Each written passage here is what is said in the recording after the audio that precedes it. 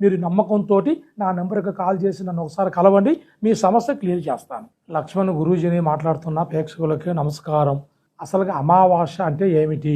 అమావాస్య, ఆదివారం అమావాస్య అంటే చాలామందికి తెలవదు. ఏం జరుగుతుందో ఆ రోజు, అసలు ఎందువల్ల అమావాస్యను మనం ఎంచుకుంటాము, ఆ రోజు ఏంటి పవరు అని చాలామంది కామెంట్స్లో అడుగుతున్నారు నన్ను.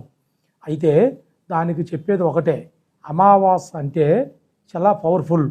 ఎందుకంటే కొన్ని శక్తులు, దైవశక్తికి మించి అమావాస్య రోజు నాడు దుష్ట శక్తులు ప్రవశిస్తుంటాయి.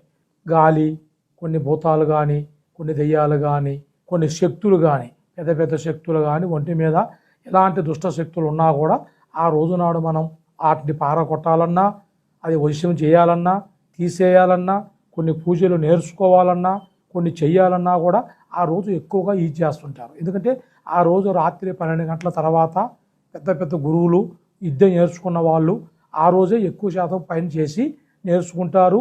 అవి తీసేయాలన్నా కూడా ఆ రోజు బాగా పనిచేస్తుంది. దానివల్ల అమావాస్య కానీ, సూర్యగ్రహణం కానీ, చంద్రగ్రహణం కానీ ఆ రోజు దేవస్థానాలు కూడా మూసేస్తారు. ఆ రోజు నాడు కొన్ని శక్తులు మన బయట తిరుగుతుంటాయి కాబట్టి ఎక్కువ శాతం బయటికి వెళ్ళరు.